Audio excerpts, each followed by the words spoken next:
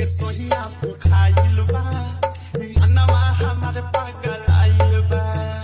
कहलो बबतिया न मानेला, इयावा हमार खखुआइल बा। कही कता ना लेबा सखी काले के रात बड़ी लागेला नाच बाते कहलो न जा।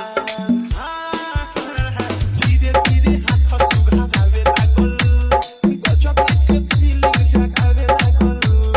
धीरे धीरे हाथ सुघरावे लागल, गजब के फीलिंग जगावे लागल।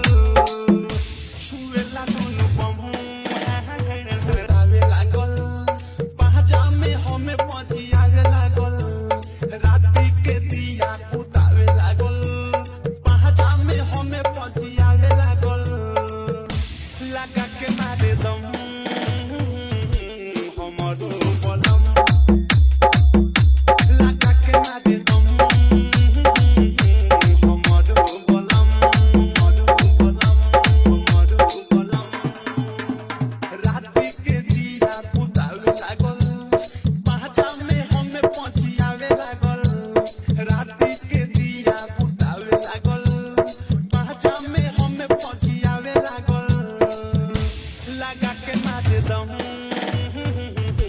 हमरो बलम, हमरो बलम। लगा के मारे दम हमरो बलम। www.djakashbabu.in www.djakashbabu.in आकाश आकाश आकाश आकाश बाबू बाबू बाबू। छोड़िए के सोहिया भुखाइल बा, मनवा हमार पागल आइल बा।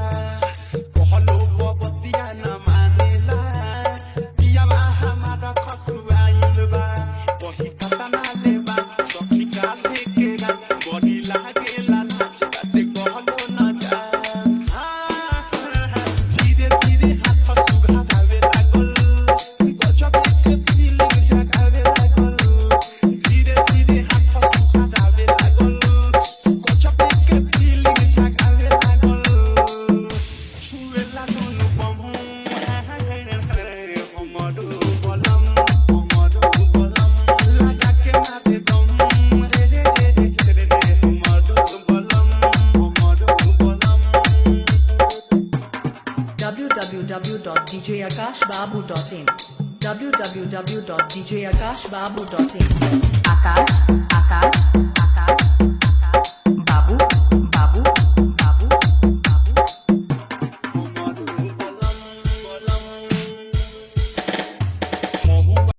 सो गाइज गुड मॉर्निंग और आप सभी को हैप्पी दिवाली। और आज का वीडियो कैसा लगा आप लोग कमेंट करना बिल्कुल ना भूलें। ऐसे ही वीडियो देखने के लिए लालित में पेज को फॉलो करके रखें और जितने भी लोग पेज पे नए हैं प्लीज पेज को फॉलो कर ले ताकि आपको ऐसी वीडियो जो जाना देखने को मिलेगी।